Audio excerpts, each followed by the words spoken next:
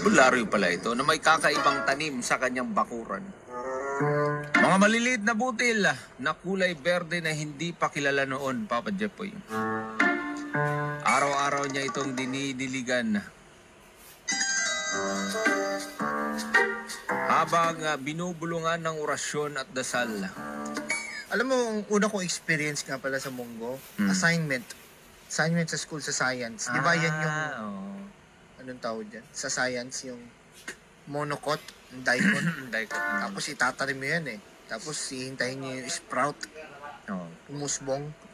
Di ba may exam yan noon, assignment project sa Munggo, patutubuin nyo.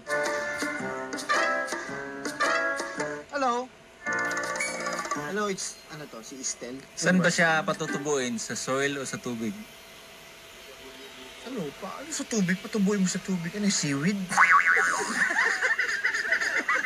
Alam mo, nilalagay sa tubig yan. Munggo? Oo. Nilalagay sa tubig? Oo. Tapos, Tutubo yan. Munggo, tutubo sa tubig?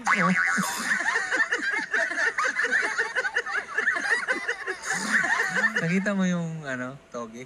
Oh, Yun. yung toge. Oo, lagay mo sa tubig. Tapos, Tutubo yun. tutubo yan? Oo. Niloloko mo.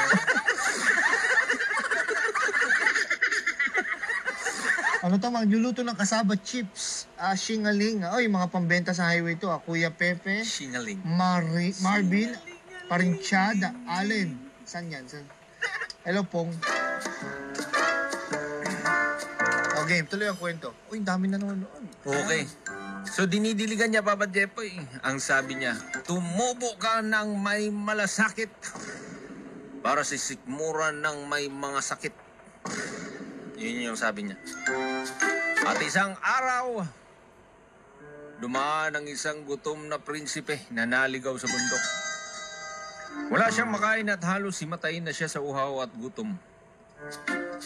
Pwede po yung munggo ibabad sa tubig, magiging toge.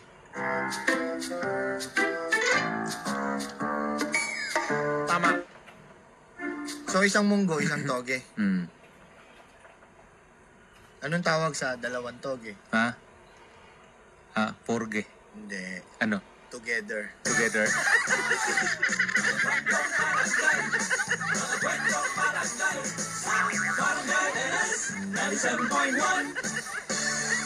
Hot set. So ayun, sabi niya, tumubo ka ng may malasakit para sa sigmuran ng may mga sakit. Isang araw dumaan ang isang gutom na prinsipe na naligaw sa bundok. Wala siyang makain, halos himatayin na Papa Jepoy. At tinulungan siya ni Lolo Monggil. Pero bago pa man yan, pinapasok ni Lolo Monggil. Ang sabi niya, uy, hubarin mo na yung shorts mo, pre. Maligo ka na doon, meron akong boxer shorts dito.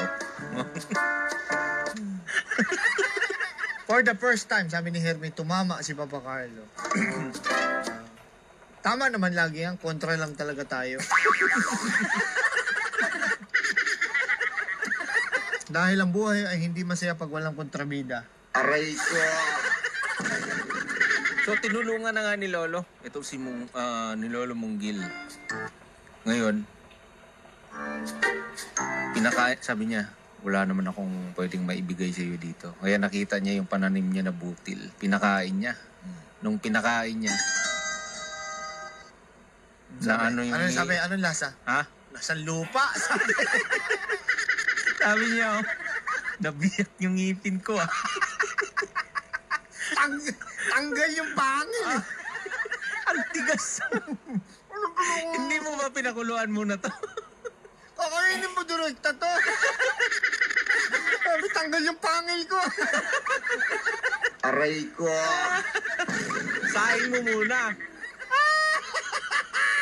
Natikman mo yan, Papa Jepoy, yung munggo, ay mo lang siya, parang lalagaw mo lang, tapos lagyan mo ng gatas. Nilagang mo din.